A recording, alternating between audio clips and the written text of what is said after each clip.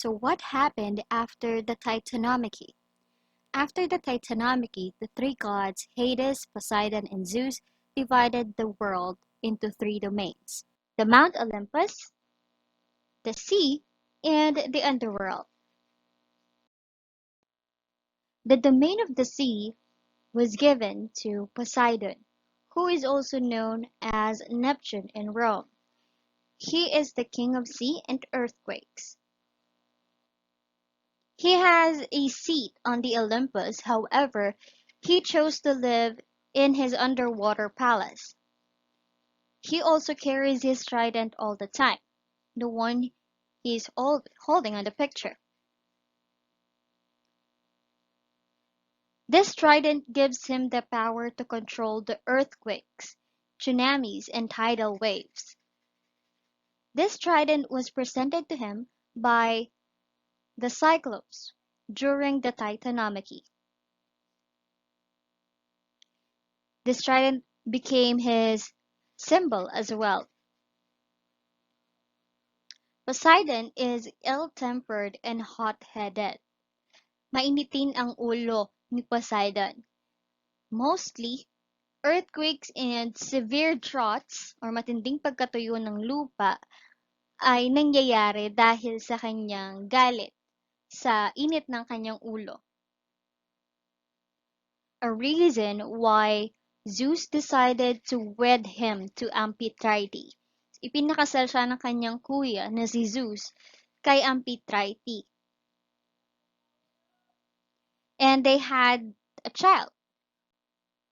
His name is Triton, Triton, Triton. However, like Zeus, Poseidon had many affairs. Luckily, his wife Amphitrite is not as addictive as HERA. So, babaero din si Poseidon. Ang pinagkaiba niya kay Zeus ay yung kanilang asawa. Si Amphitrite kahit na nagseselos, ay tahimik lang siya. Hinahayaan niya lang si Poseidon. Unlike HERA, that is pinaparusahan yung mga babae ng kanyang asawa. Few remarkable sons Poseidon have are Pegasus and Chrysaor. Pegasus is a winged horse, and then Chrysaor is the man that holds the golden sword. Anak niya si Pegasus and Chrysaor with Medusa. Kasi ni-rape niya si Medusa.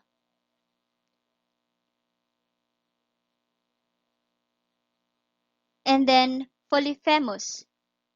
Polyphemus is the one-eyed giant with the one-eyed giant, or known also as Cyclops. His eye was pierced by Odysseus. So binulag siya or tinusok yung mata niya ni Odysseus. Kaya nung nagsumbong si Polyphemus kay Poseidon, ang ginawa niya, hinadlangan niya ang travel or journey, pagbiyahe ni Odysseus pabalik sa kanila. Pagbalik sa lugar ni Odysseus after the Trojan War. Poseidon also had a great rivalry against her niece Athena. And their rivalry revered in the capital or region of Attica. So, meron silang pinag-awayan or pinagtalunan ni Athena na isang lugar sa Attica. Pinaglabanan nila kung kanino mapupunta yung lugar na yon at kanino ipapangalan. And Athena won. Poseidon gave the Ethicans or the ethics Acropolis. Ang binigay niya sa Acropolis, yung pinakasikat na city ngayon sa Greece. And then what Athena gave to the ethics or olive tree, kung saan maraming nakukuha at napapakinabangan ng mga tao, and they chose Athena over Poseidon. Pero kahit na pinili nila si Athena at ipinangalan ng lugar na yon, that that capital region of Attica into Athens, binibigyan pa rin nila ng karangalan or nirerespeto, binibigyan pa rin nila ng devotion si Poseidon kasi nag-iingat sila na pag nagalit kasi si Poseidon, baka magbigay ito ng tsunami or earthquakes, masira yung buong region. So they're still giving him a good respect. And then the next domain was the Mount Olympus.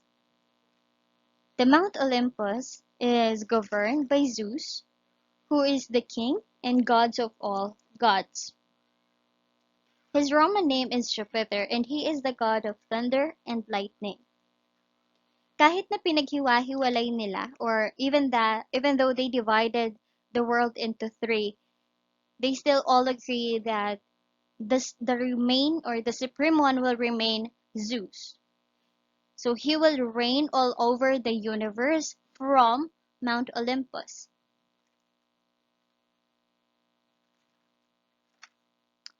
And his wife, as we all know, is Hera.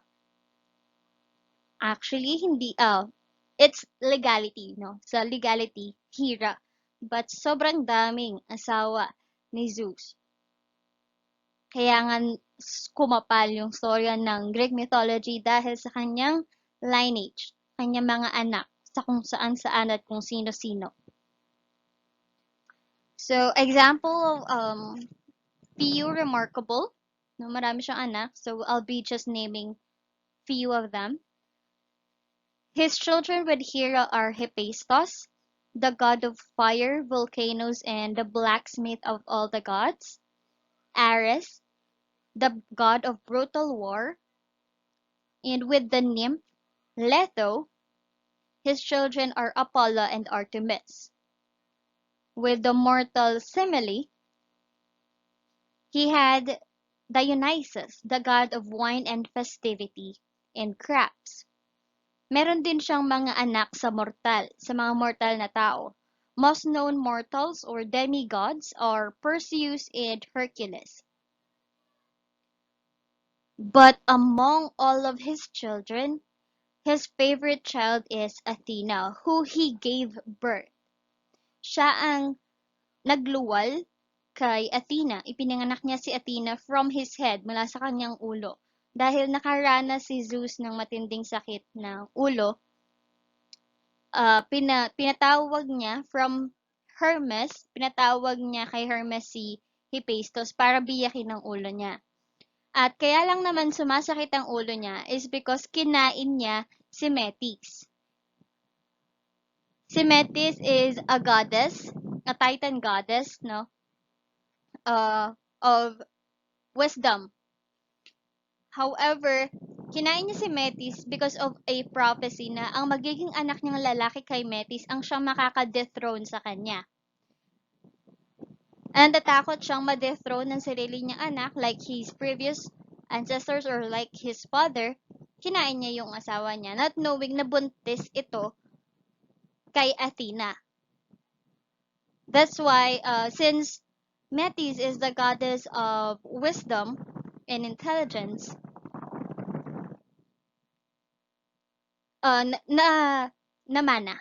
namana nung anak niya, which is Athena, yung mga characteristics regarding intelligence. That's why Athena became the goddess of wisdom and strategical war. Si Athena yung naging favorite niya and Athena only, is the one he consider rather, as the heir or tagapagmana ng kanyang trono. He even gave the aegis, yung aegis na ngayon ay totoong pagmamay-ari na ni Athena, which became the symbol of the goddess. So, lahat pinibigay at ubaya na ni Zeus kay Athena. And then, of course, we have the domain of the underworld. Who governs this is none other than Hades, the king of the underworld and the god of the dead. Hades is the richest god of all. His Roman name is Pluto and also called as Dis, the rich one. Bakit siya yung pinakamayaman? Simply because all the natural resources are found underneath the earth. So, siya yung may-ari at tagapangalaga ng mga treasure na matatagpuan sa ilalim ng lupa. That is the meaning of Pluto, the god's wealth. Meanwhile, ang ibig sabihin naman ng Hades ay the one that cannot be seen. And he possesses the helmet of terror. Yung helmet of terror na yon, binigay sa kanya ng mga Cyclopes as a gift and as a weapon during the Titanomachy, giving him the power to be invisible. Minsan lang siya magpunta sa Mount Olympus at yung minsan na yon, kikidnapin niya pa si Persephone, anak ni Demeter. Persephone is the god of vegetation. Pinakain niya, nung nakidnap niya si Persephone, pinakain niya ito ng pomegranate seeds and para hindi na makaalis sa underworld. Kasi 'di ba may kasabihan na pag kumain ka ng pagkain sa realm or sa mundo ng mga espiritu ay hindi ka na makakabalik sa ibabaw ng lupa. Nung nalaman ni Demetri na kinidnap yung anak niya ni Hades, nagalit siya, galit na galit siya. Pero nakiusap siya kay Hades na bigyan siya ng pagkakataong makasama ito. So, pinagbigyan siya ni Hades. Every 6 months, magkakasama sila ng nanay niya. So, yung 6 months na yun yung spring and summer. Kasi masaya si Demetri. Si Demetri po kasi is the goddess of agriculture and fertility of the land. So, pag masaya si Demetri kasama yung anak niya, doon lumalabas ang season ng spring and summer. Pag bumabalik naman si Persephone sa underworld para makasama naman si Hades, nalulungkot si Demetri dahilan para magkaroon ng winter, taglamig, at yung autumn or taglagas. Hades is neither friendly and evil, nor evil. Hindi siya masama, hindi masama yung ugali niya. He is not also that very kind.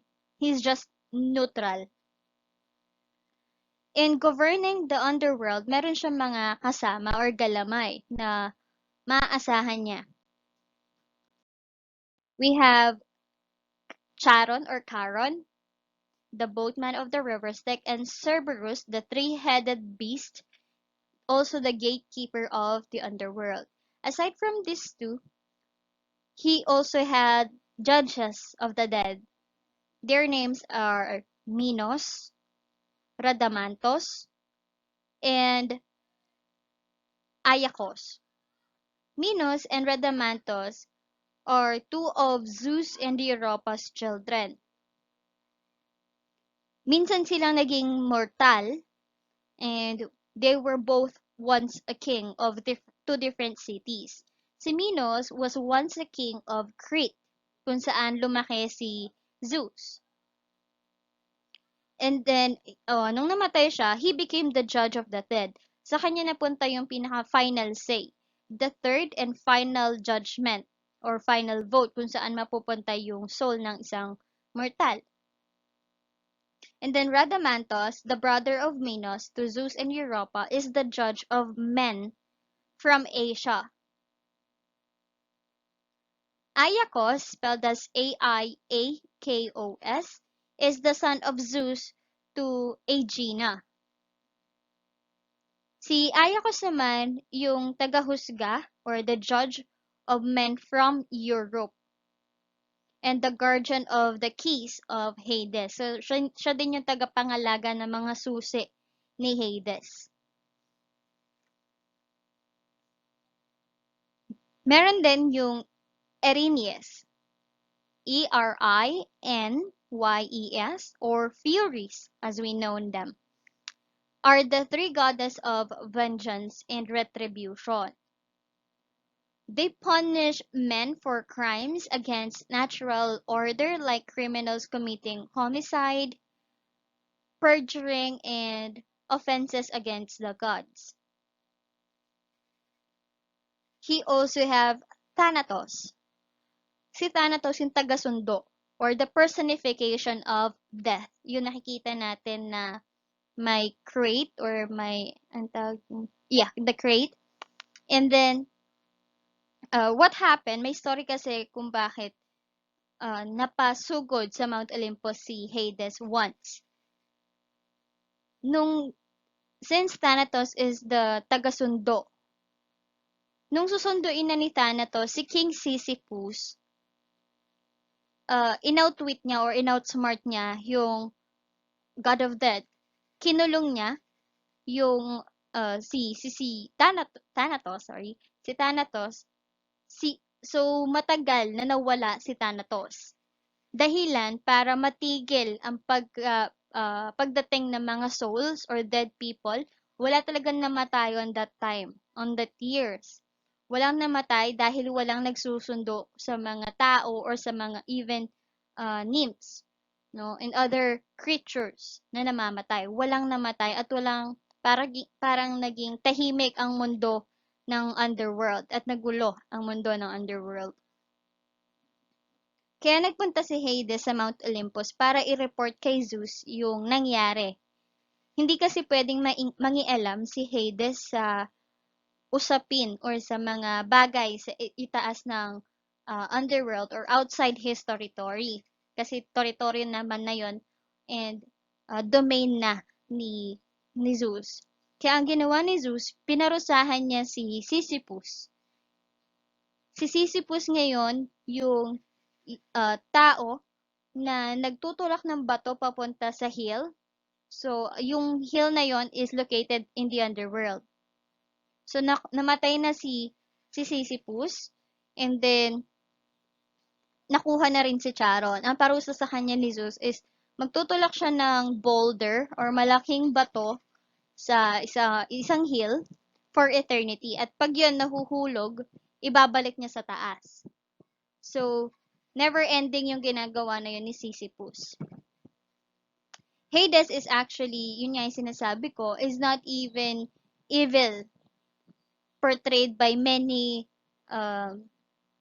series or shows on the television.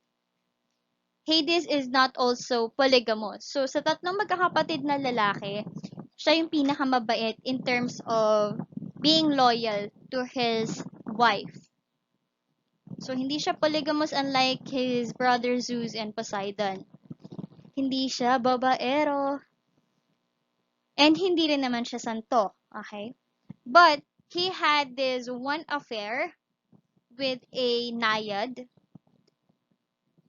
And her name is Minthe. Minthe. Minthe, the daughter of Cocytus. Cocytus is the god of the river na nagfo-flow dun sa underworld. Isa sa mga river na nagfo-flow sa underworld.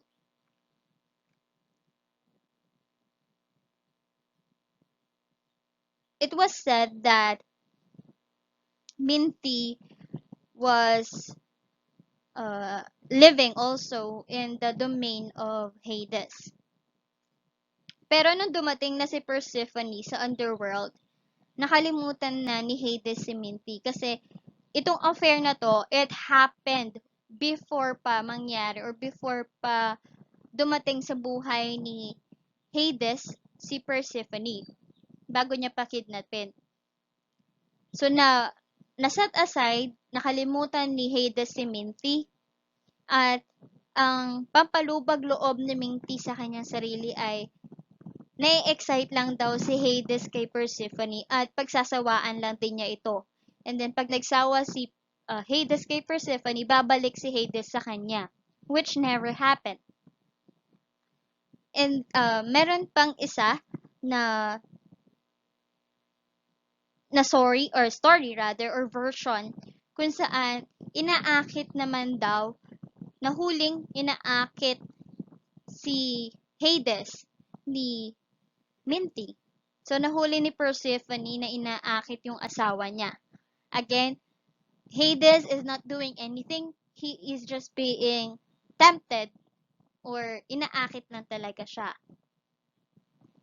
Kaya, syempre, sa galit ni Persephone, ginawang halaman si Minty.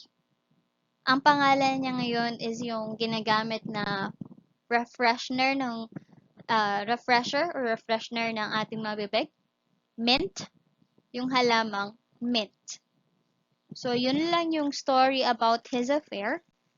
Let's proceed the other gods, which is HERA. HERA is the goddess of all gods.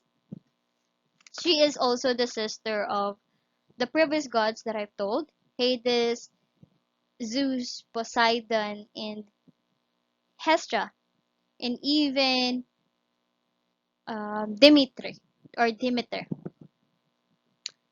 In Roman, his name is Juno, and he is the goddess of marriage, fertility, the protector of women and children. Sa Roman kasi, sa Roman, yung Juno na pangalan is her, right? Kaya, goddess of marriage. Kaya kung napapansin nyo, or kung bakit kayo nagtataka, na bakit ang dami lagi nagpapakasal tuwing June. It is because of her. Naniniwala na tuwing June ang kasal mo, ibine-bless ni HERA ang inyong marriage. Let's proceed. So, as what I said a while ago, his husband is Zeus, the king of all gods. Meron silang anak. 3 yung anak nila.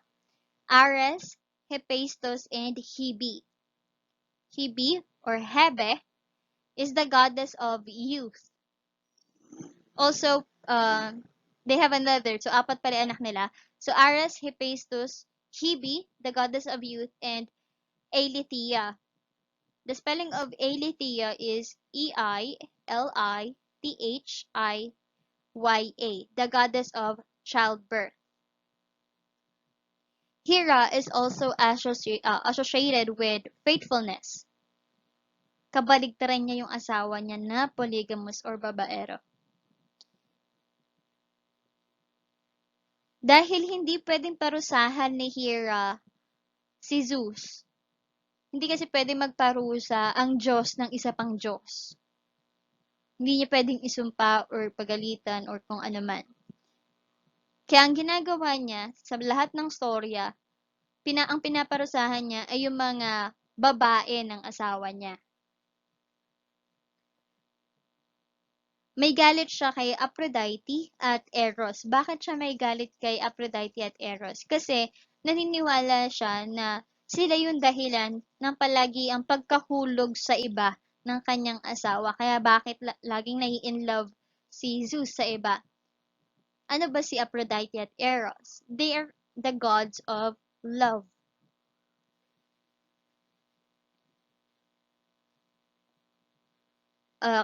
Tumindi din yung galit niya kay Aphrodite nung pinili ni Paris of Troy si Aphrodite as the fairest, na pinakamaganda sa lahat ng Diyos.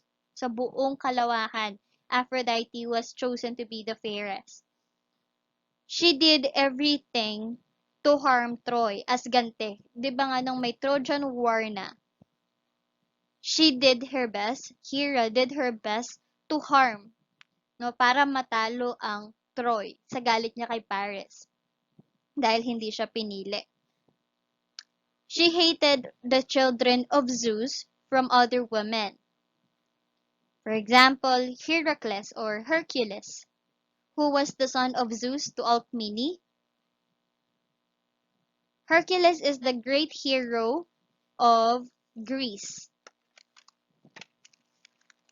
Pero nung bata pa si Hercules, hindi alam ni HERA na yung matatagpuan niya, bata na who was abandoned in a forest ay si Hercules. Paano nangyari yon? Dahil galit si HERA kay Alcmene at dun sa anak niya, nagpadala siya ng 2 ahas dun sa cradle or tinutulugan ng mga bata.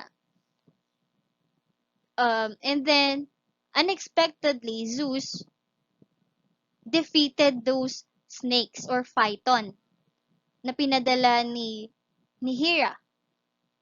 Dahil sa takot ni Alcmene sa ganti or sa matatanggap niyang mga pahirap ni HERA, she decided to abandon Hercules in a forest.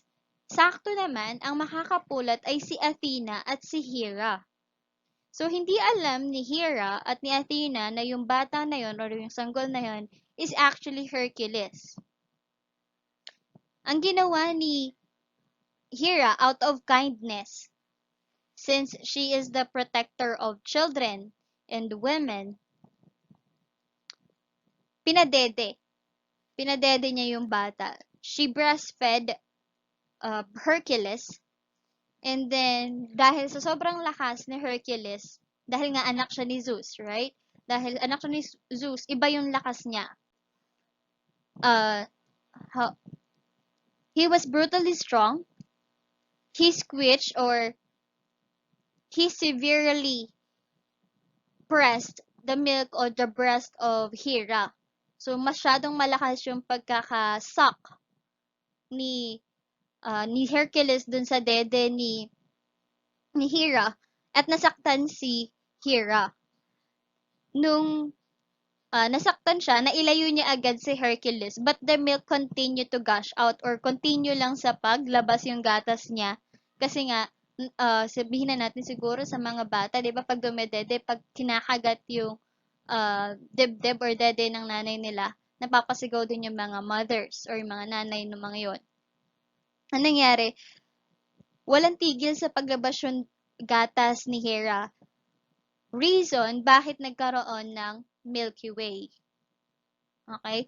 Yung idea po ng Milky Way, it was actually originated or the thought was it came from HERA's milk when he tried to breastfeed Hercules.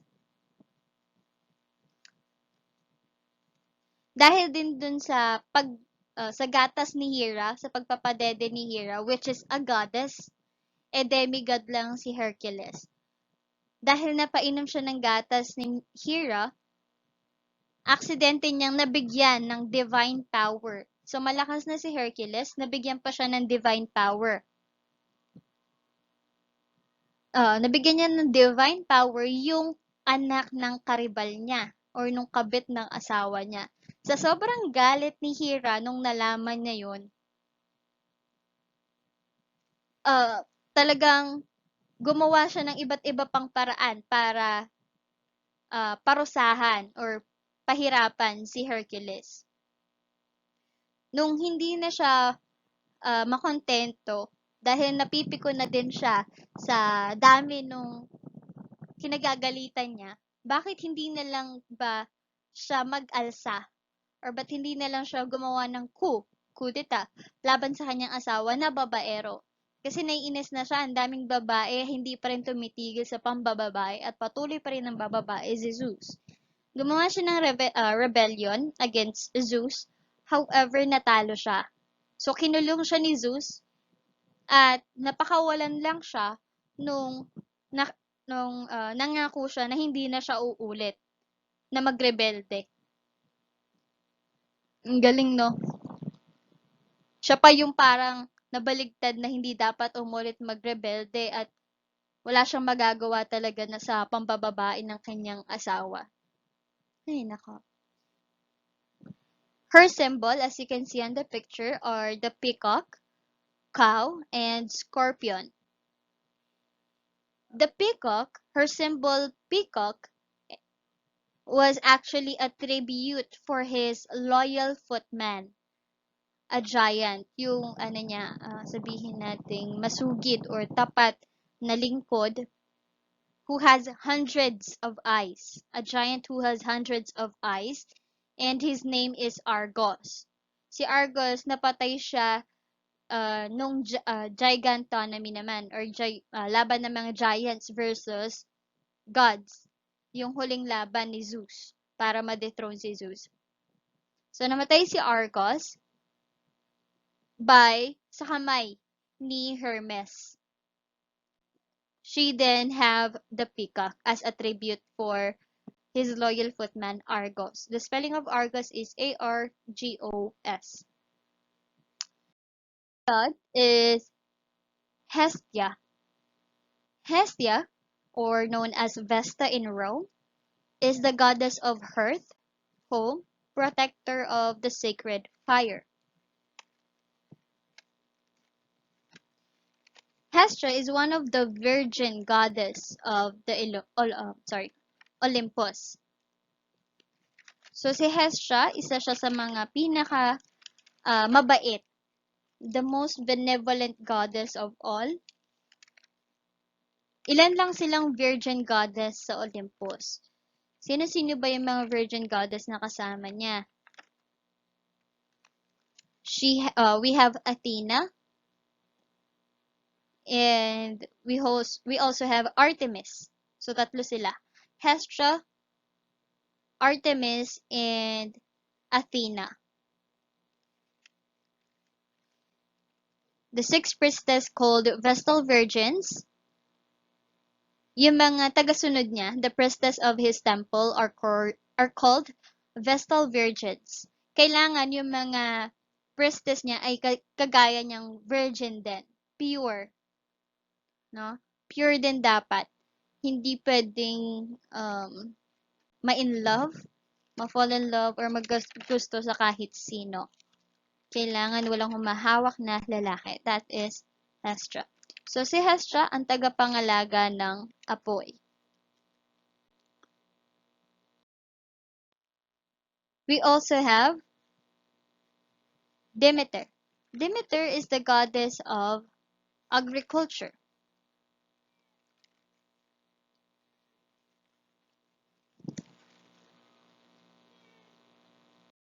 Demeter, the goddess of agriculture, who is also known as Ceres in Roman, is the mother of Aphrodite. Aphrodite is the goddess of uh, vegetation and or spring. Ang ibig sabihin ng Ceres in Roman is cereal. Right? Cereal. She is Zeus. She's Zeus' sister from Rhea and Cronus. She favored farmers of wheat, and is one of her symbols is wheat or sheaves of wheat.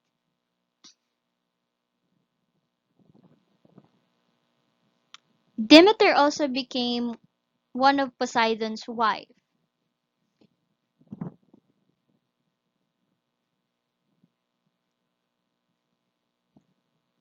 Ayaw sa kanya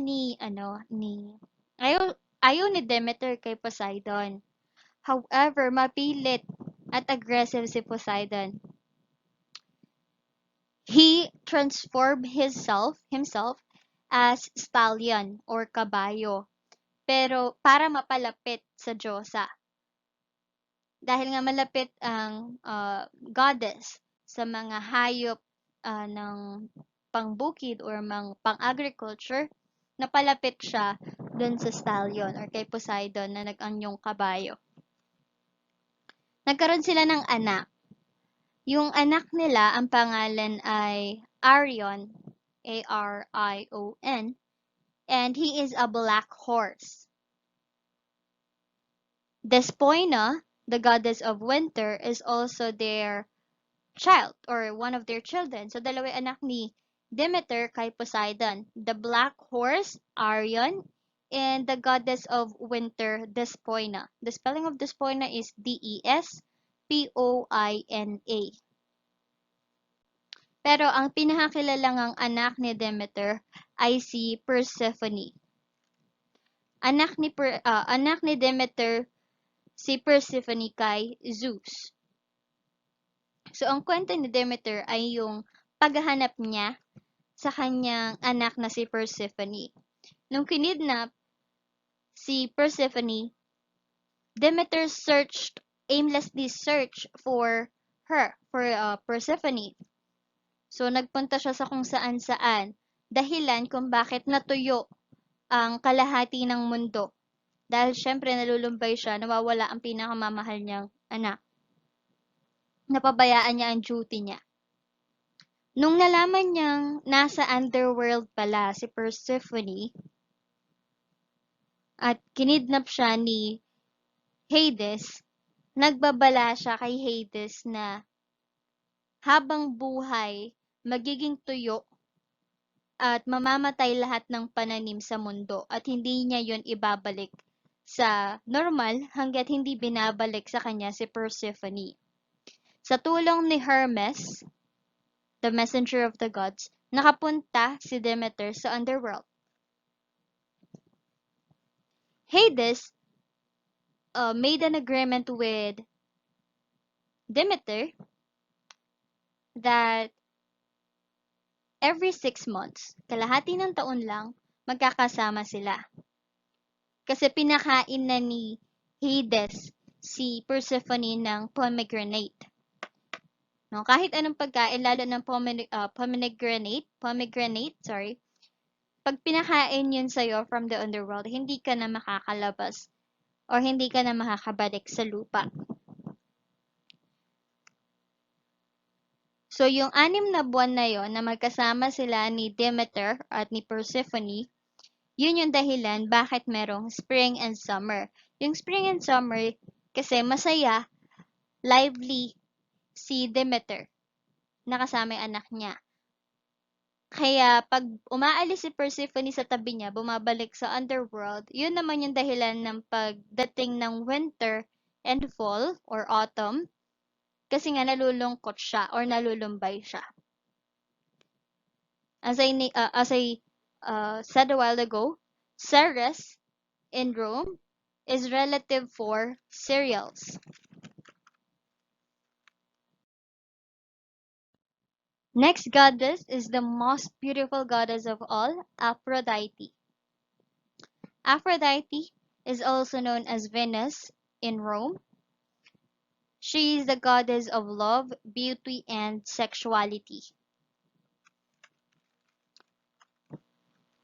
She was born from the foam or sea foam when Cronos' genitals hit the ocean. He is married to Hephaestus and the mother of Eros. This is Eros.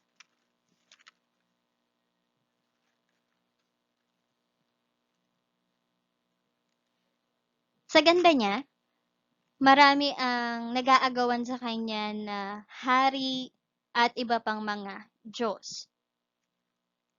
Para maiwasan ang gulo, no, dahil sa kanya, nagdesisyon si Zeus na ipakasal si Aphrodite kay Hephaestus. Meron namang iba na version na ang nag-request daw na ipakasal ang nag-request maikasal siya kay Hephaestus ay si Hephaestus mismo. Kasi Hephaestus is actually the ugliest god from the Olympus. At alam kasi daw ni Hephaestus na walang magkakagusto sa kanya na kahit sino. So she requested Aphrodite, but what we all know, or the reference or the version we are following, is that Zeus decided to wed her or ipakasal siya kay Aphrodite to avoid confusions or war. No, war. Kasi ang daming nagkakagusto talaga kay Aphrodite. However, kahit nakasal na si Aphrodite kay Hephaestus, she is not loyal or faithful to him. She have committed many infidelities. And the most famous affair she had was with Ares, the god of brutal war. And they had their child nga, si Eros. Si Eros yung anak ni Aphrodite kay Ares.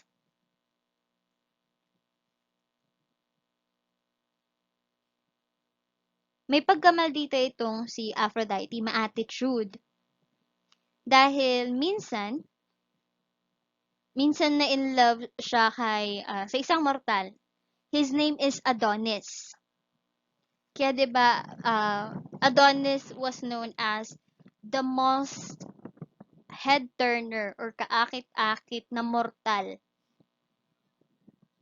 sa Earth, sa mundo.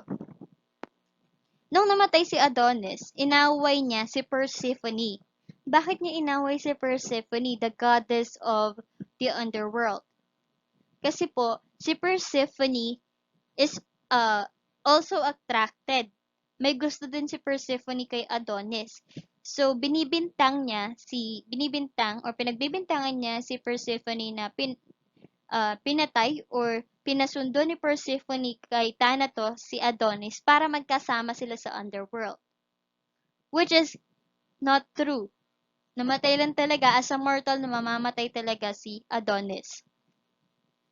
So, inaaway niya si Persephone because of that idea.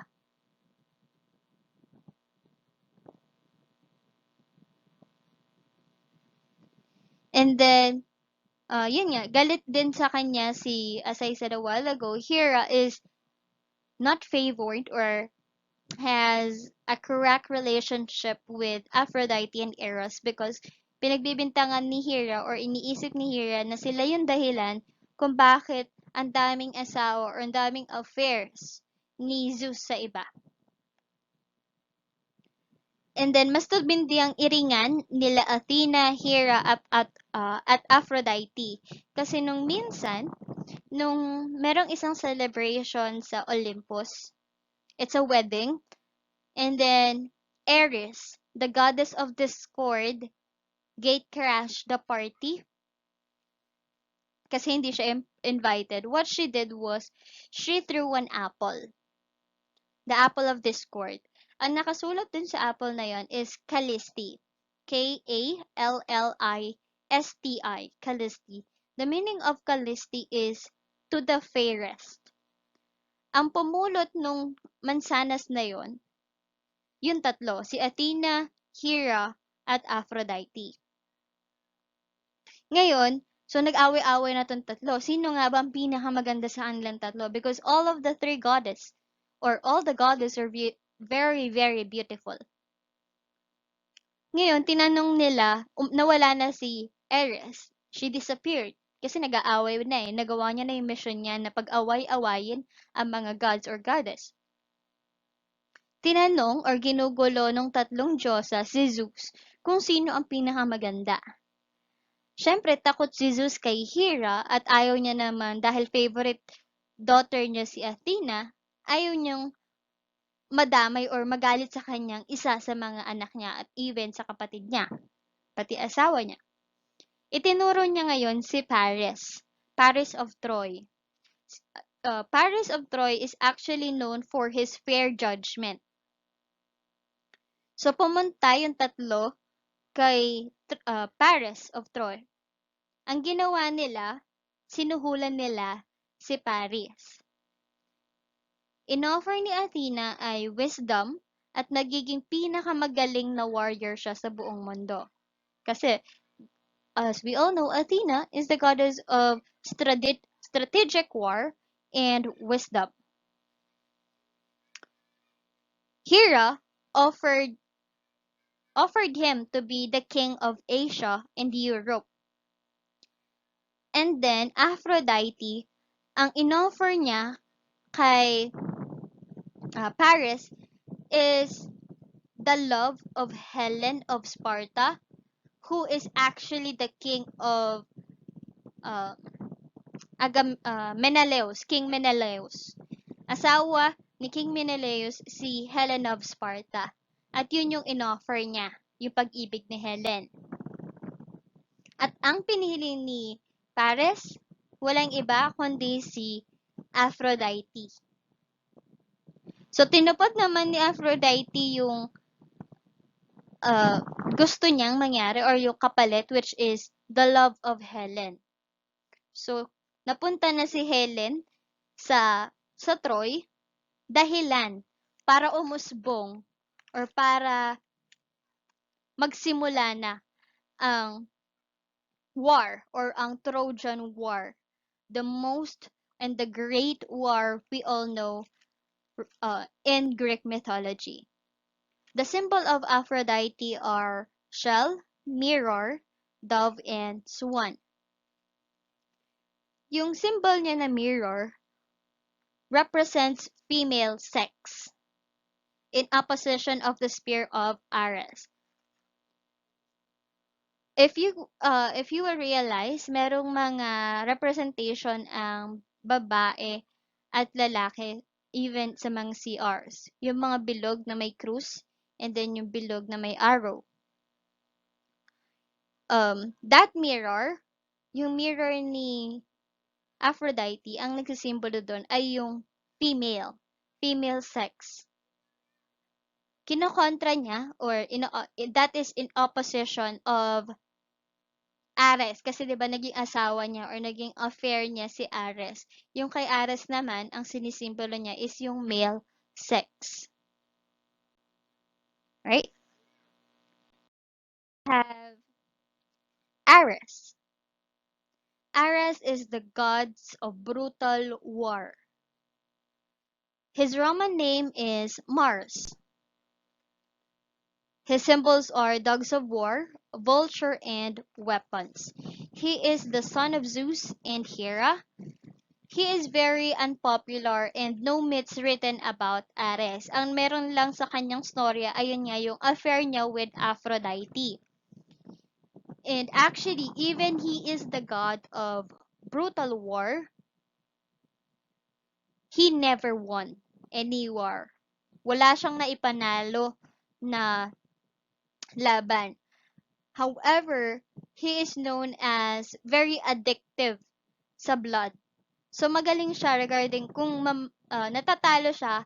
However, madami siyang napapatay na warrior or tao dun sa kingdom na kalaban nila.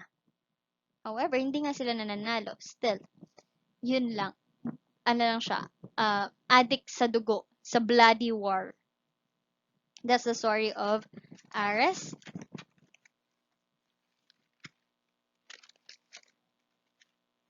And then we have Artemis. Artemis is the goddess of moon and hunt. Her Roman name is Diana. Crescent moon, bow and arrow, and short hunting robes are her symbols. She is Apollo's twin sister, and she avoided men. Again, Artemis is one of the virgin goddess from Mount Olympus.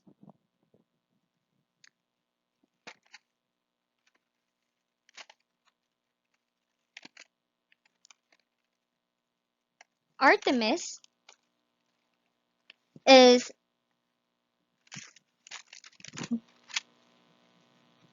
she is known for her bow and arrow. She's the daughter of Zeus to Leto, and again the twin sister of Apollo. She is also one of the virgin goddess of Olympus. Pinili niyang maging single or rather maging virgin goddess kasi na-witness niya yung hirap na dinanas nung mama niya, which is Leto, sa paglabas or sa panganganak nito kay Apollo. Kasi mas naunang ipanganak si Diana or Artemis kaysa kay Apollo. So si Artemis, tunulungan niya yung mother niya na ilabas or iluwal, ipanganak, si Apollo at nakita niya yung hirap sa panganganak. So ayaw niyang maranasan yon. So she requested his father to keep him pure and to keep her a virgin forever. She turned Actaeon, a hunter, into a stag or a deer. Ang kwento nun, bakit bigla niyang sinumpa, pinarosahan si Actaeon? Naliligo kasi si Artemis kasama ang kanyang mga priestess na virgin din. no? Not to that is a requirement for her priestesses, maging virgin and pure. Naliligo sila, and then Actaeon, also a hunter, napadaan dun sa pinagliliguan nila. So, napatingin lang siya, but he was mesmerized to the beauty of the goddess. So, napatitig siya, which is yung ayaw ni Artemis. Yun yung ayaw niya. Yun yung kinagalit ni Artemis. Kasi, syempre, wala pang ni isa. Even gods didn't even see her body. And then, this Actaeon, a hunter, randomly lang, bigla nakita yung katawan niya na virgin at pure. So, she turned him into a stag or deer. And yung deer na to, kung nakikita nyo sa picture, that became her symbol. Naging symbol niya rin uh, ang deer, yung mga sungay-sungay ng deer, and even the deer itself. Artemis is a ruthless but kind goddess. When Niobe smug that his children are more beautiful than Leto's children or her mother, Niobe is also a nymph or just a mortal. Pinagyayabang niya at pinagkakalat niya na mas maganda, mas gwapo yung mga anak niya kesa sa anak ni Leto, yung mother ni Artemis. Nung nalaman to nung kambal, Apollo and Artemis, nagpaulan sila ng bow. So, nagpaulan sila ng mga pana at napatay nila lahat ng anak ni Niobe. And then, yun, para tumigil na yung pagyayabang ni Niobe na yun.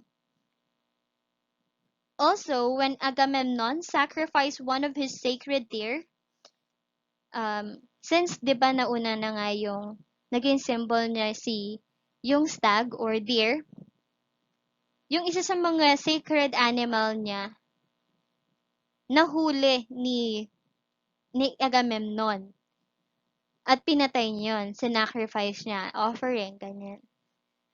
Nalaman niya ni Artemis, lalo na yung sinabi ni Agamemnon na not even Artemis, the goddess of hunt, can hunt or can cut rather this stag. So hindi niya kasi alam na yung nahuli niya is actually Artemis possession. Alam niya lang it's a sacred animal but not in Artemis possession. So sa galit ni Artemis, hindi niya pinalusong or hinadlangan niya ang pag-alis ng mga barko ng Griego papunta sa Troy. So, against siya sa mga Greeks sa panahon ng Trojan War. Nakalabas lang sila or nakabiyahe lang yung mga barko nila, yung mga barko nila nung i-offer or i-sacrifice ni Agamemnon, ialay yung right term, ialay yung virgin na anak niya na babae kay Artemis. And through that child, ayun, nakabiyahe sila. So, kailangan mo nang mag-alay ng virgin child or virgin young woman for them to pass through Artemis.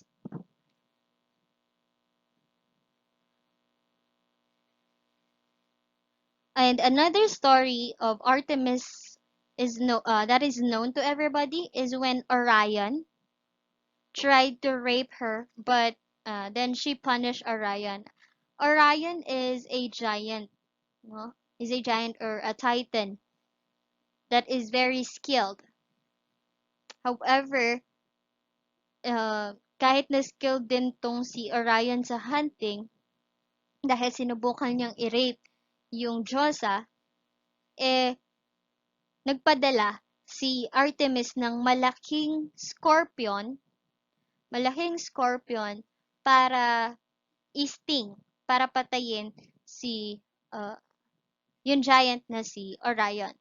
Kaya nag-umpisa sa kanya yung constellation of Orion. Orion's constellation. Next, we have Athena. Athena is the goddess of wisdom and strategic war. Her Roman name is Minerva and also called as Pallas Athena. She is the goddess of defensive or strategic warfare, wisdom, and handicrafts. Siya ang pinakapaboritong anak ni Zeus. And one of her famous story is when is about Poseidon and Medusa. So Medusa is actually one of her priestess. However, nadumihan si Medusa. Anong dumi yun? She was raped by Poseidon in her own temple. So, syempre, tulad ng sinabi ko, hindi pwedeng parusahan ng isang Diyos ang isa pang Diyos.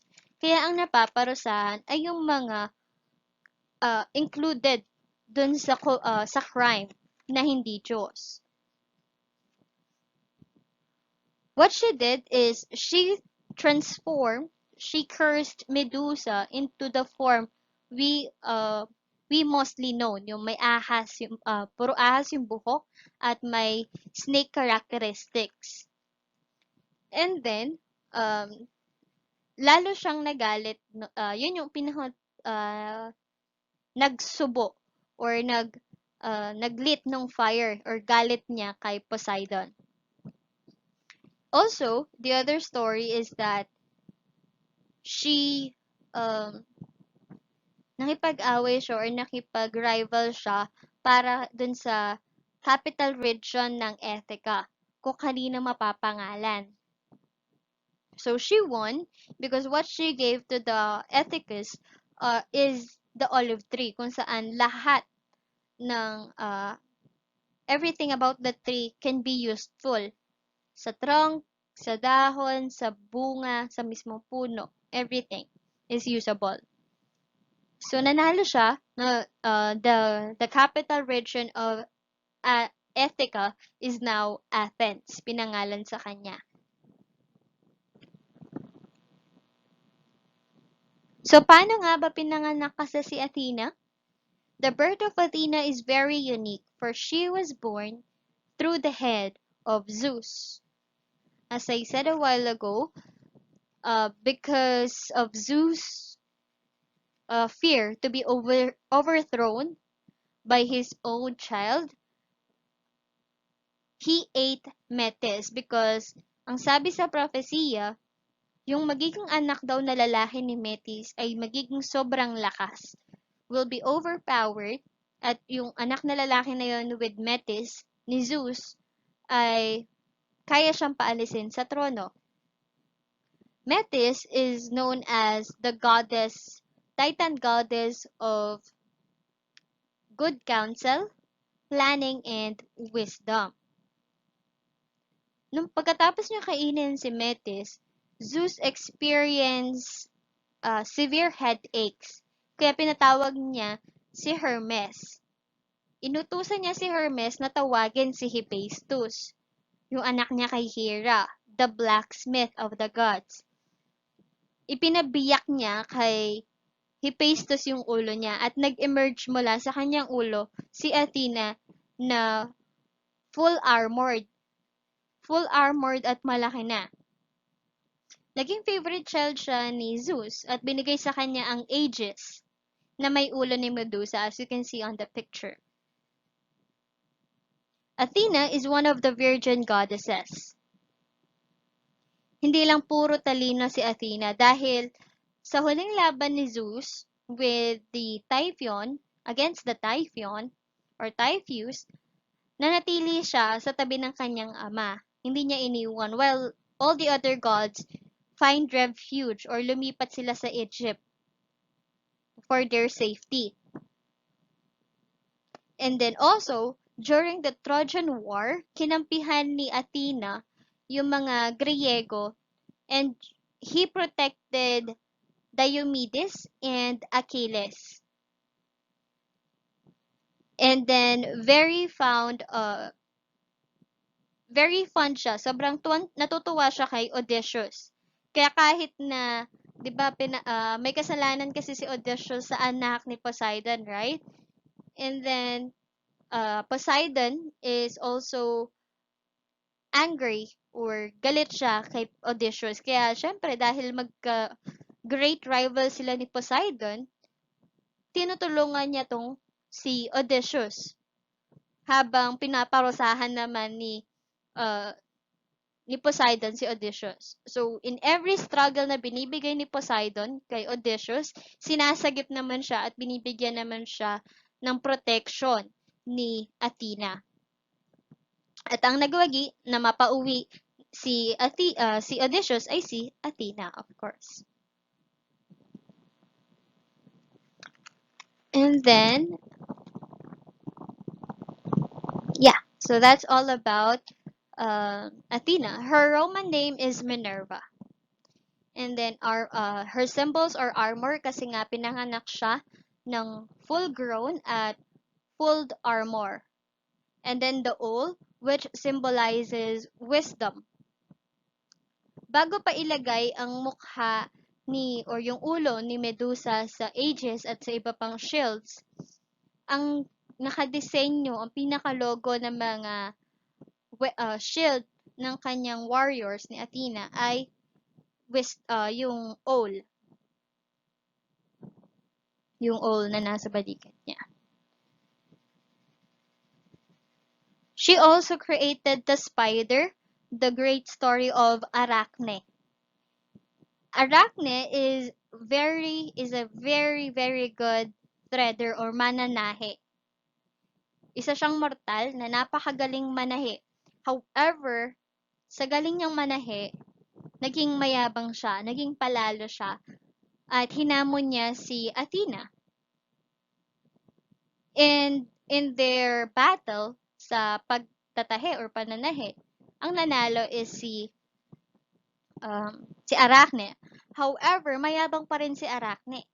So what Athena did is pinarusahan niya si Arachne because of her boastfulness and arrogance. Binigyan niya ng maraming paa si Arachne and told her to never stop weaving to never stop weaving. Kaya ngayon, sikat ang gagamba sa mga sapot-sapot na hindi tumitigil sa paggawa ng kanilang sapot. This is Hephaestus, the god of forge. He is also the god of fire, volcano, and the blacksmith of the gods. Ano ba yung blacksmith? Pantay. His Roman name is Vulcan. Alright. So Zeus threw him out of heaven for siding with his mother. He is the husband of Aphrodite, who was constantly unfaithful to him. Kasi nga, infidel si Aphrodite. Yung sinasabi dyan na Zeus threw him out of heaven for siding with his mother. Actually, what I know about that story is that HERA is the one who threw him and abandoned him. Bakit siya inabandona ng kanyang sariling ina rather? Kasi HERA is actually expecting for a good-looking god na anak niya. At lumabas si Hephaestus, which is considered the ugliest god from Mount Olympus. So, inabandon niya si Hephaestus. Luckily, Hephaestus was found by Titus. Ang nakapulot sa kanya is si Titus.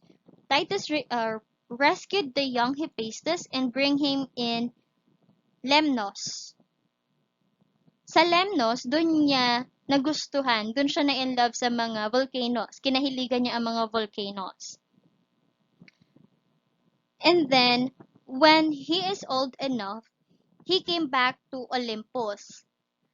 Para matanggap siya sa Olympus ulit, ang ginawa niya, binigyan niya, niregaluhan niya ang kanyang ina ng golden chair or golden throne. Una, pakipot pa si Hera na ayaw niya yung regalo sa kanya ng anak niya. Pero nung nakita niya kasi yung golden throne, dahil Hephaestus is actually the best blacksmith in the universe, tinry niyang upuan. Inupuan niya yung throne or yung upuan na binigay ni Hephaestus. Masaya siya nung una. However, nung susubukan niya ng tumayo, hindi siya makatayo.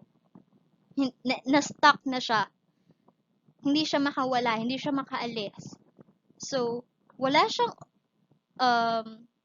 option, wala siyang ibang pagpipilian, kundi ipatawag kay Hermes si Hephaestus para tanggalin siya sa upuan na yon.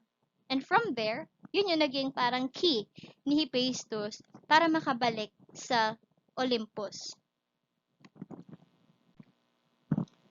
At yun na, naging until now, even as Olympus siya, he is not still loved by by his own mother. Hindi pa rin siya mahal kasi maarte si Hera. We have Apollo, the twin brother of Artemis. Apollo is the god of sun, music, and shepherds. His Roman name is still Apollo. His symbols are bow and arrow, sun, chariot, and the lyre. Some myths say he drove the sun chariot. Others give this job to Helios kasi he's too good rather for this job. His son Phaeton tried to drive it and burned part of the earth, always shown in pictures as being young and birdless. So si Apollo is actually the ideal man or ideal physique of a man. Ganyan daw dapat ang itsura ng mga lalaki. Sana. Hold on. So Apollo, the god of music, sun and shepherd, and also poetry, he was represented with his lyre always. He is the ideal male beauty. However, kahit na siya yung pinakagwapo sa buong mundo, he is unlucky in love. Hindi siya swerte sa pag-ibig. Wala siyang naging ganong katagumpay sa pag-ibig. That is because inaway niya si Eros. Bakit niya inaway si Eros? Paano ang away? Hindi naman exactly inaway. Niyabangan niya lang si Eros. Okay? Si Eros kasi his only job is to make people fall in love. So, niyabangan siya ni Apollo na, kasi, ano ba yung weapon ni Eros? Hindi ba't bow and arrow din? So, nagpatulong siya, tinulungan siya sa paggawa ng bow and arrow ni Apollo. Pero, nung magawa yung bow and arrow na yun, niyabangan siya na, akala kasi ni Apollo, gagamitin yung bow and arrow na yun for hunting, like that, na hindi suited sa pangangaso or sa hunting or even sa war si Eros. So, syempre, naasar si Eros. Ang ginawa niyang ganti sa arroganting si Apollo ay dalawang beses niyang ginantihan si Apollo. Paano yung ganti? Nagpakawala si Eros ng dalawang pana ng pag-ibig. Yung isang pana is a sharp gold tip. Yung dulo is gold. Yung dulo ng pana or nung arrow is ginto at matulis. At yung pangalawa namang pana is just blunt and blunt lead tip. Yung mapurol na luma. Okay? So, dalawa yon. Yung gold tip naman, yung sharp gold tip, tumusok yon sa puso ni Apollo. Dahilan ng matinding pag-ibig niya kay Daphne. Si Daphne isang nymph at anak siya ni uh, Peneus na isang river god. Tumama naman kay Daphne yung mapurol na pana or palaso. Yung mapurol na pana kasi, yun yung uh, pana ng disgust or hate, ng hindi pagkagusto. Siya yung kabaligtaran ng pag-ibig, yung pana na yun. So, syempre, itong tinamaan ng gold-tip arrow, baliw na baliw kay Daphne. Talagang hinahabol niya, naghahabol siya kay Daphne. Ayaw nga sa kanya ni Daphne because of the arrow that struck her heart, which is disgust.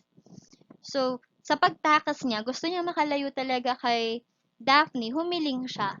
Humiling siya kay Gaia or sa tatay niya na si Pereus na gawin na lang siyang halaman.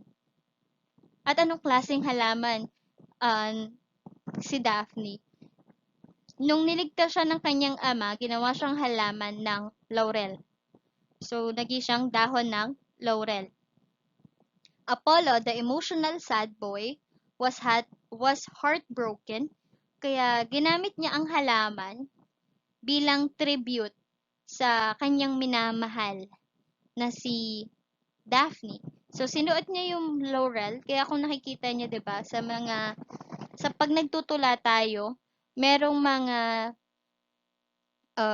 props or costume tayo na ginagawa sa ating ulo na laurel. Dahon ng laurel or mga dahon-dahon sa ating mga ulo. That also symbolizes for poetries or poets sa mga manunula.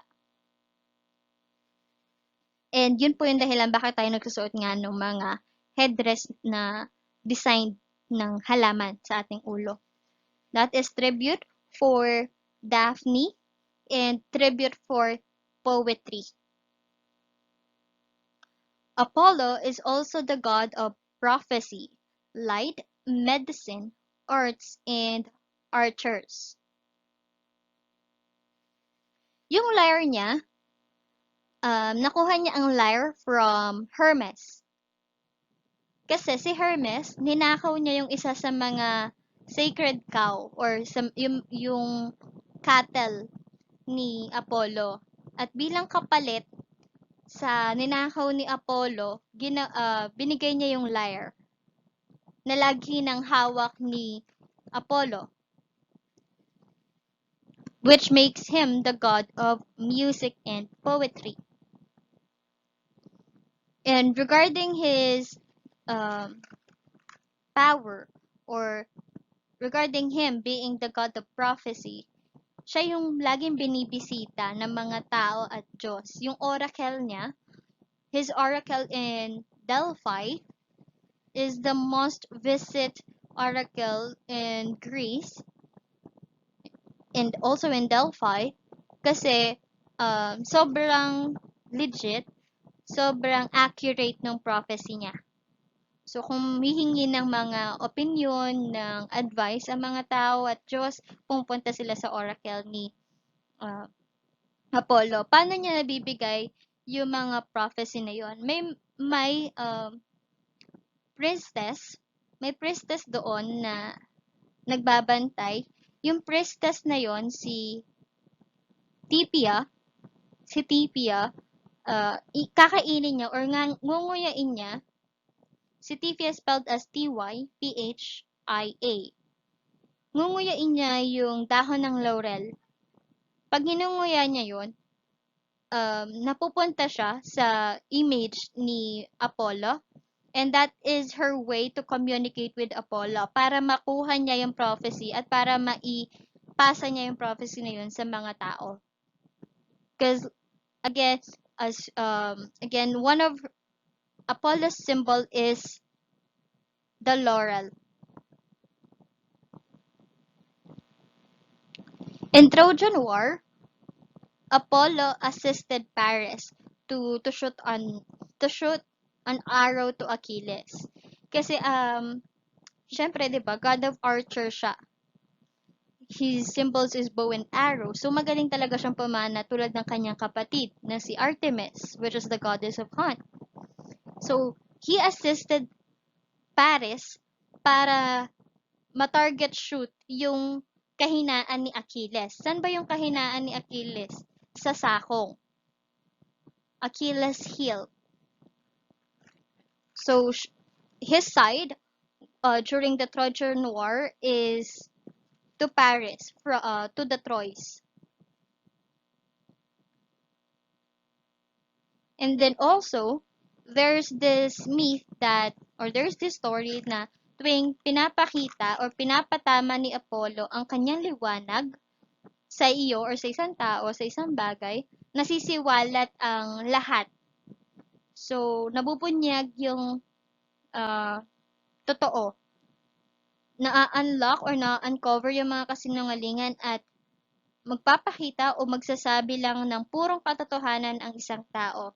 Reason why many philosophers, Greek philosophers, admired him and recognized him as the god for, or rather, and this is Hermes. Hermes or Hermes is the messenger of the gods. His Roman name is Mercury. His realm is god of commerce, thieves, science, sometimes medicine. His symbols are winged helmet or sandals and the kadu shoes. It is the medical staff with two snakes. He created the lyre which he gave to Apollo when Apollo caught him stealing his cows.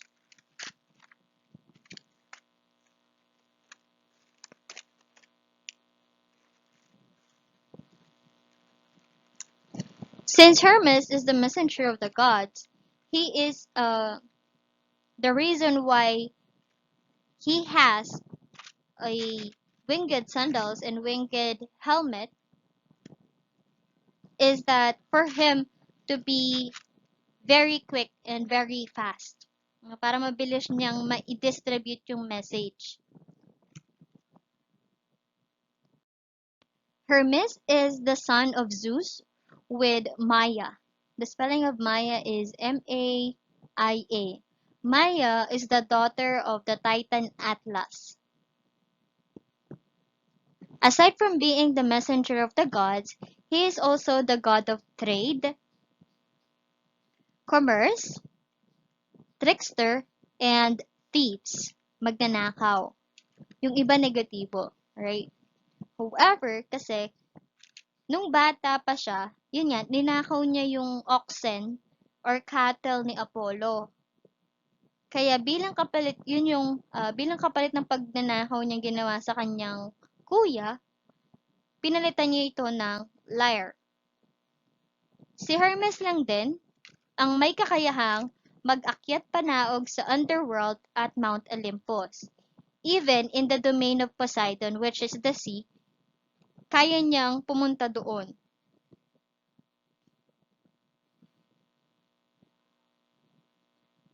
He guided Perseus in his quest to behead Medusa. Siya rin ang tumulong kay Demeter para makatawid sa underworld. Para makuha o maibalik si Persephone kay Demeter. At marami pa siyang tinulungan. He is the messenger of all gods. And kahit na more on humor siya, palatawa siya, no? Even because of his character as a trickster, yung siya lang kasi ang kaya sa isang Diyos na kumbaga meron siyang free unlimited ticket sa underworld. Eh 'di ba sa pagpupunta ka sa underworld, it's either you should be dead or you should be a god of even god of Zeus, no? Kailangan dumaan kay Charon. But him, he can just go straight to Hades to deliver message. So siya yung sabihin natin pinaka the Joker the Joker of the Olympus. However, that is because he is a trickster. Paano nga ba siya naging trickster? We'll know that later. So marami siyang tinulungan kahit Diyos or mortal sa mga paglalakbay, kaya he was considered as the god of travelers. Dahil sa winged sandals niya at winged helmet, it gives him the power, or the attribute and the ability to go around the world as quickly as possible, at para din makabalik agad siya sa kanyang ama na kanyang sinusunod, si Zeus. So his symbols are the winged sandals and helmet, and the caduceus. Ano ba yung caduceus? Yung hawak niya na baton na may dalawang ahas sa taas at may pakpak din sa pinaka top, no? Na makikita natin ngayong kadalasan sa mga pagamutan as a symbol for medicine.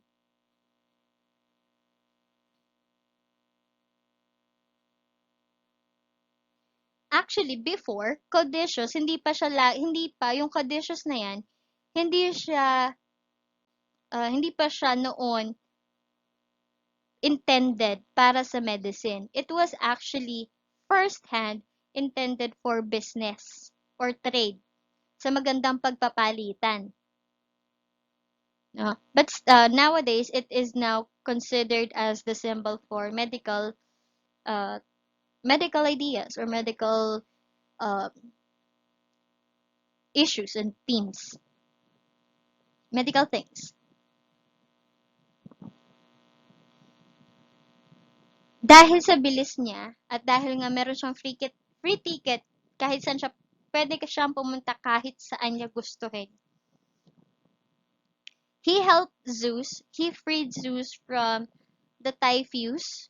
Nung kinulong si Zeus ng typhoon, siya yung nagpakawala kasi nga he is the god of thieves and trickster. Siya lang ang kayang kumuha ng susi dun sa kadena na gumagapos kay Zeus. He also helped on the war against the giants, na kung saan napatay niya yung 100-eyed giant, yung Argos, which is actually a loyal footman of HERA. He was also the god of speed, and because of his speed, sa kanya actually binase yung mga superhero natin na sila Quicksilver and the Flash. So sa kanya pala binase.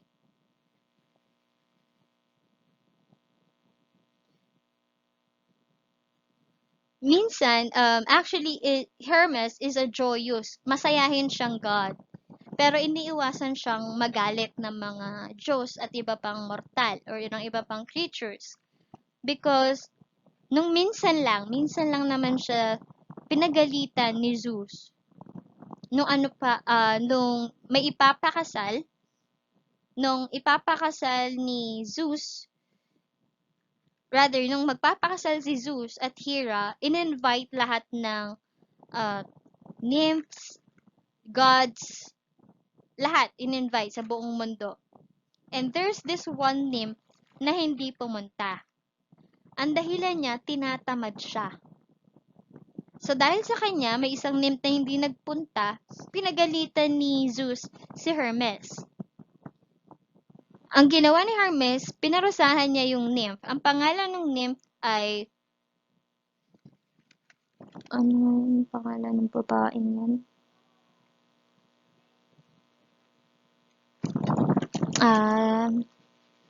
Let's see.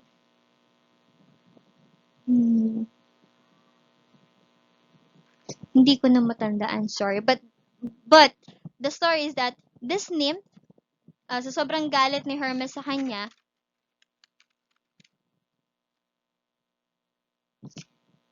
ginawa niyang pagong si Hermes. Ginawang pagong ni Hermes yung nymph na yun. Dahil ang reason niya kaya hindi siya pumunta dun sa kasal ni Hera at ni Zeus is tinatamad siya.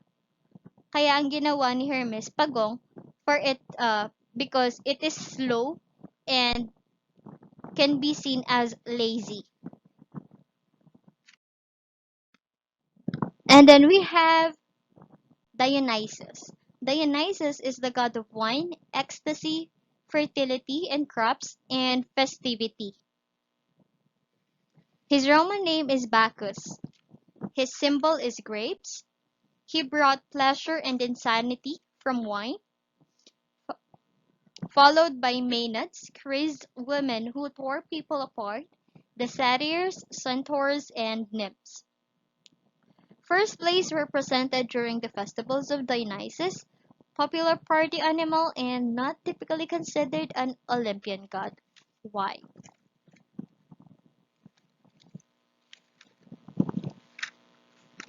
Dionysus is Zeus' son with the mortal Semele, rather, Semele, Semeli.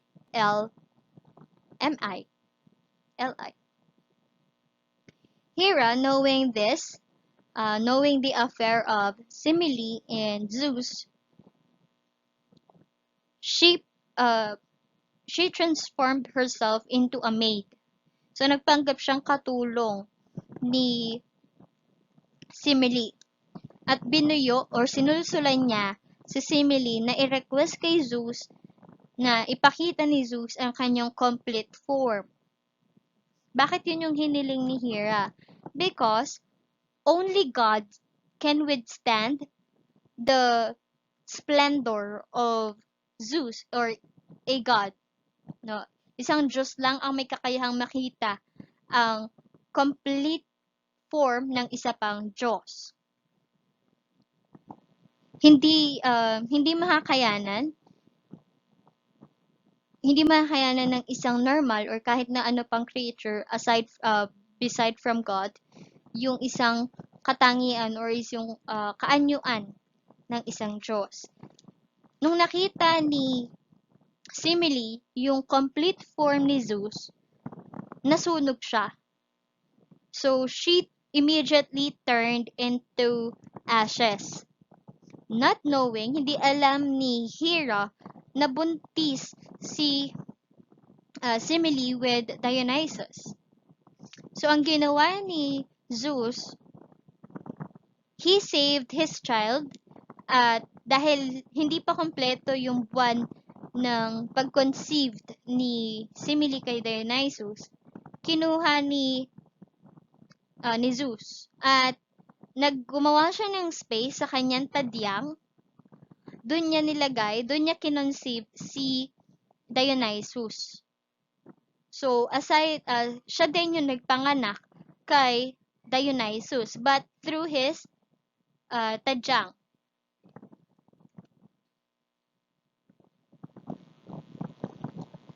So, nung pinanganak na si Dionysus, of course, he experienced maltreatment from Hera.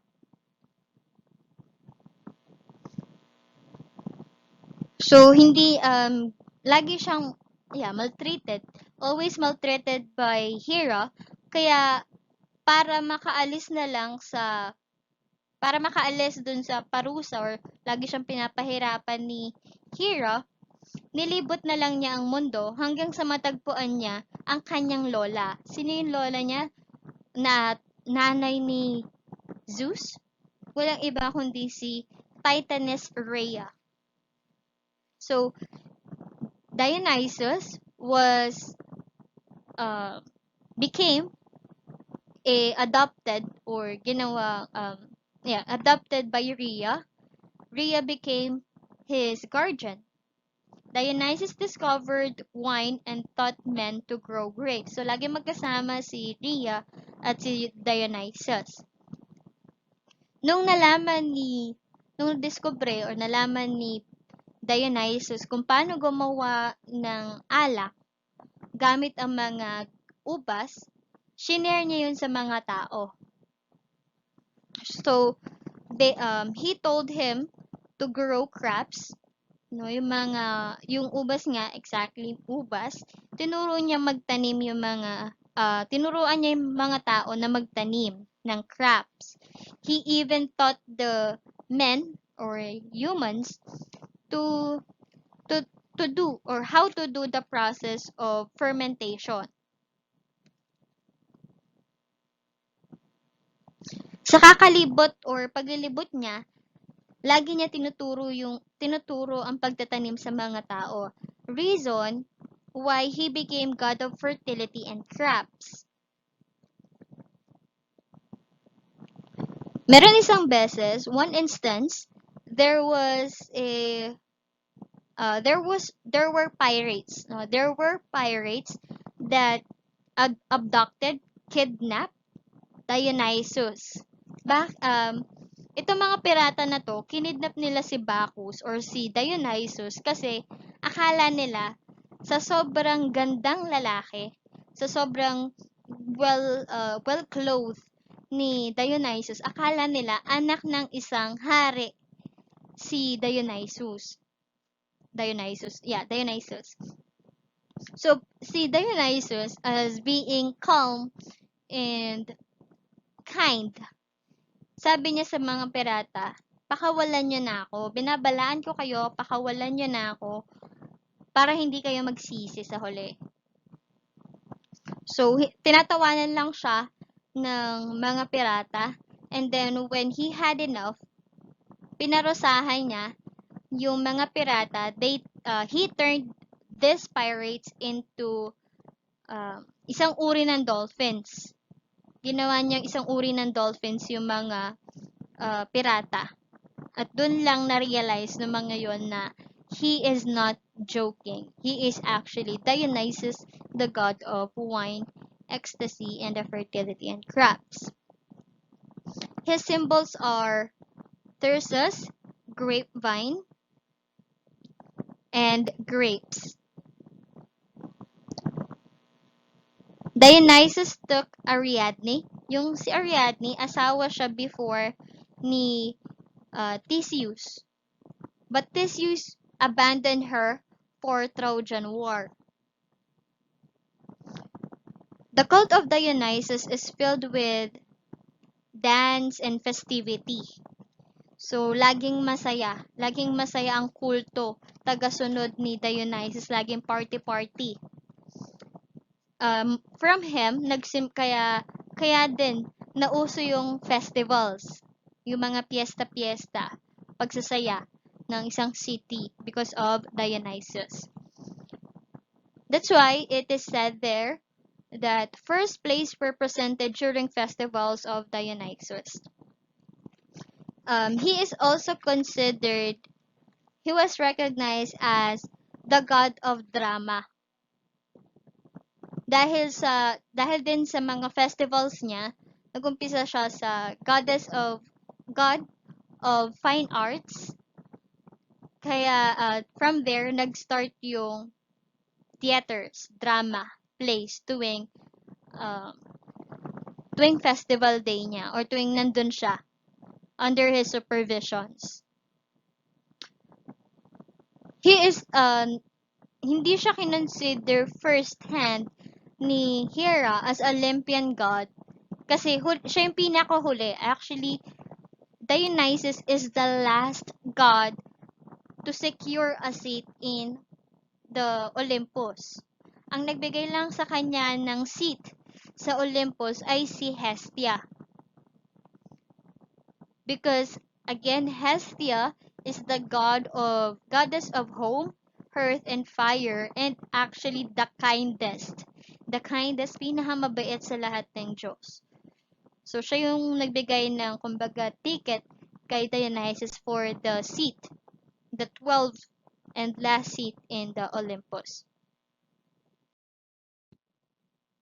So, aside from the 12 gods and goddesses of Olympus, there are also other creatures of that came from the Olympus, and these are the Fates.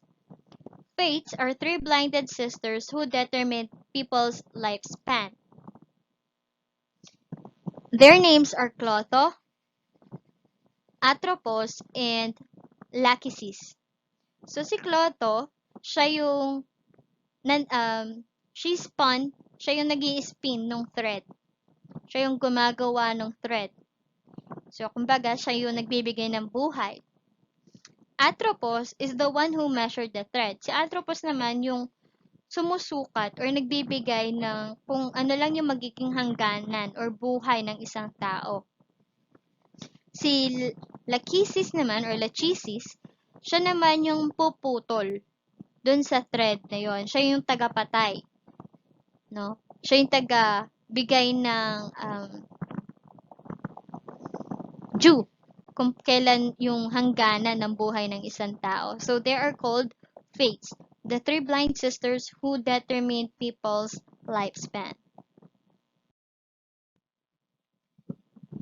So, just a trivia or just to make you aware, hindi po, in mythology, nature, and science, many of our planets are named after Roman gods. So, hindi, if you are thinking that the planets were named, kinuha, yung iba kasi, they are thinking that the names of the planets, or rather the names of the gods were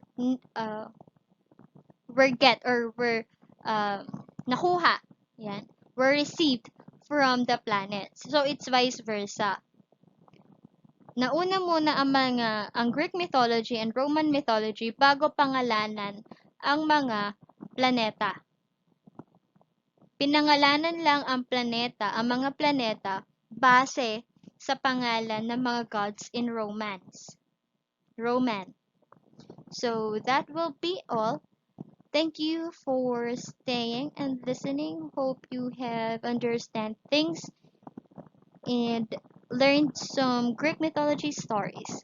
If you have any questions, please let me know in our clarifications day for you, because this will be encountered on your college days, especially for education or educators and inspiring educators. So, magiging major nyo to sa college. So, I hope you ask questions ngayon pa lang.